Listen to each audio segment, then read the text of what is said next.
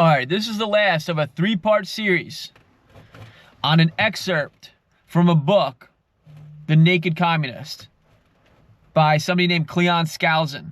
This book was written in, I believe it was 1958, but this was put in the congressional record, so this was read in Congress, because this was that big of a concern for them as we were dealing with the Cold War, and we were basically trying to figure out what the long game of Russia was in regards to subverting us. As you hear these, you will realize that is very disturbing how on point they seem to have been, because a lot of these things seem to have been accomplished, or at least be in the works. And people need to be aware of what's going on with this. So sometimes you need to look back in the past to understand what's going on in the present. We should definitely do more of that. But I read the first 30 of these in the first two videos, and now I'm going to continue on with the last 15. I will give my input on these, as I did before. And please understand, I could be wrong on some of this stuff. It's just my take on this. All right, I'm not an expert in these matters, and so I could be off a little bit. So let me continue. All right, number 31. Belittle all forms of American culture and discourage the teaching of American history on the ground that it was only a minor part of the big picture. Give more emphasis to Russian history since the communists took over. I mean, we're certainly doing a good job of belittling American culture and discouraging the teaching of American history, at least accurately teaching it. So unfortunately, seems like some of that at least has come to pass. Number 32, support any socialist movement to give centralized control over any part of the culture, education, social agencies, welfare programs, mental health clinics, etc. I think that to a large extent, progressives and socialists have gained control over a whole lot of society in this country, unfortunately. All right. Number 33. Eliminate all laws or procedures which interfere with the operation of the communist apparatus. Don't think they got all that. All right. Don't think they got all that, thankfully. Number 34. Eliminate the House Committee on Un-American Activities. I briefly spoke of this before. In 1975, there was something called the House Un-American Committees at one point, where like they were trying to, they basically wanted to get to understand what was going on in regards to like communist infiltration into the United States. All right, they call it the House Un-American Committee. They eventually changed the name. Honestly, I forget exactly what they changed it to, but whatever the name was, they dissolved that in 1975. So looks to me that in a sense at least they got their wish on that one, unfortunately. All right, let's see.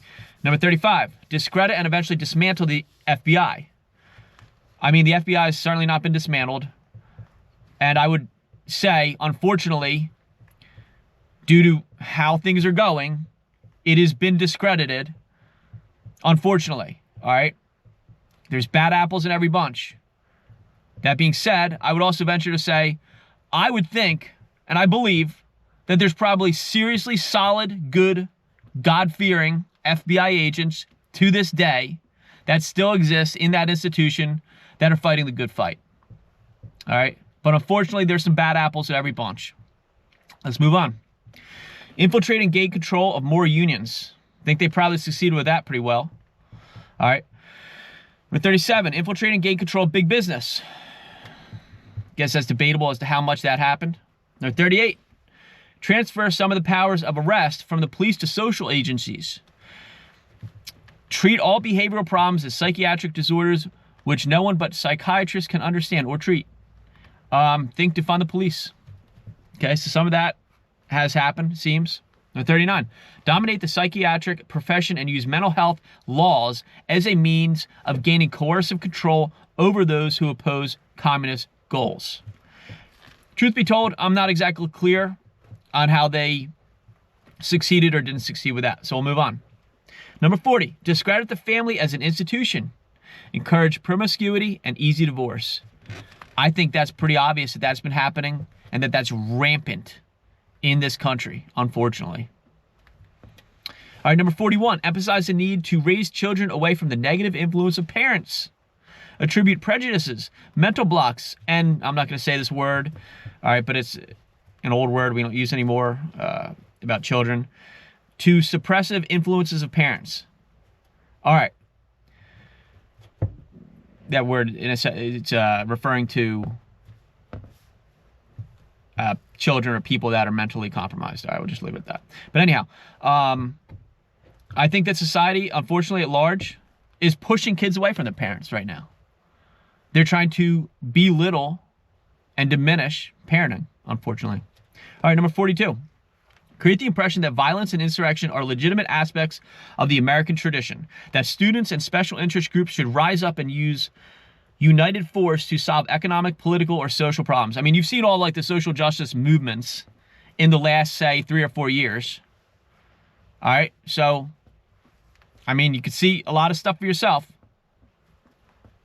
So, moving on. Number 43. Overthrow all colonial governments before native populations are ready for self-government. I mean, obviously they didn't like take over huge...